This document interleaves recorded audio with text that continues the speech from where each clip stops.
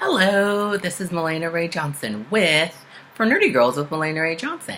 And today we are talking about this genius.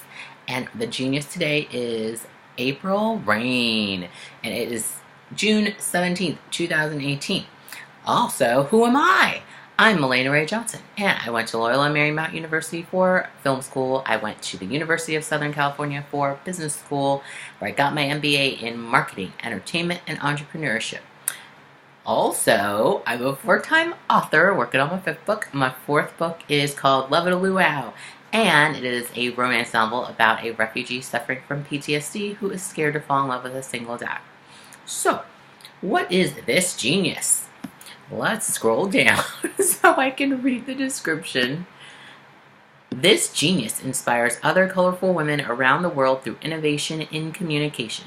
These are women working in television, film, podcasting, publishing, and other forms of media who should be celebrated on a global level. So we'll start by talking about these changemakers right here. And by we, I mean me, because I'm on the video. Again, today we're talking about April Rain. Who is April Rain? So I always have these descriptions written out on the actual blog posts on fornerdygirls.com. But April Rain is a former attorney and a activist who I first was introduced to on Twitter, where she started, among other things, the hashtag #OscarsSoWhite. And she also started a Twitter revolution around the HBO proposed series Confederate, about a show that would explore what would happen if slavery hadn't ended in the United States. And she was like, no! And eventually the show was dissolved. The people who thought of that show have now moved on to a Star Wars movie. Great way to fail up. But we're not here to talk about those people. We're here to talk about April.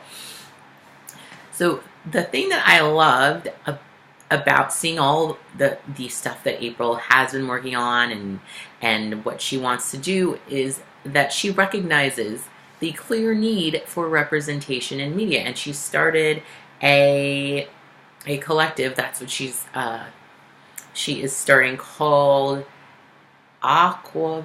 Okay, I have it in the thingy, but it's a way for people who say, like the Disney live action version of Aladdin, say that they couldn't find anybody to play Jasmine in Aladdin, and they had to find these other people and put all the extras in brown face makeup, like instead of having an excuse, which they really don't. I mean, as I've said before, if I can look on Twitter, click on the hashtag Asian Bay and find hundreds of people who are Asian actors and various types of Asian, of various ages, how is it that hard to find actual people of Asian descent to play Asian descent characters in movies? It's really not that hard. I'm not even paid to do it. You're paid to do it. Do your job. It's the simplest thing is do your job. Sometimes your job might be a little bit more difficult than looking at the stacks of white actors that you know and actually having to say, hey, do you know any Asian actors doing work in Los Angeles? Like, if you're in Los Angeles, there are people acting all the time. They may not have done a show that you have seen. They may not have been in a movie that you have seen, but they're there. So she's putting together this database, and I'm hoping it goes well because, as I have learned from another Twitter person, Deshi Martino, she put together a directors list database of women directors who have created projects. And instead of actually looking at that, NBC coming up with their own initiative to have shadowing directors instead of just hiring them, easily found on the database. So we'll see how April's database works out. I hope that it works out. I think that it is a great idea. I don't know if it'll be used because this is a problem that doesn't need a database to solve it. You can just throw a stone and hit a bunch of people with a script, a directing credit, an acting credit, a producer credit, and they're a non-white person just anywhere in the city. You don't have to go looking for them. They're all in Los Angeles. So that's what I have to say about that. Back to April. I love that she is part of the Twitter revolution, and that is what I would talk to her about in our coffee chat. The power that she has found through social media, the power to actually make change on social media.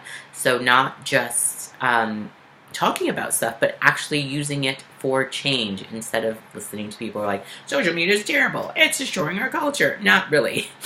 it's actually helping people connect and learn and grow and change things. So I am glad that she is a part of that revolution that will not be televised, but it will be on Twitter for as long as possible.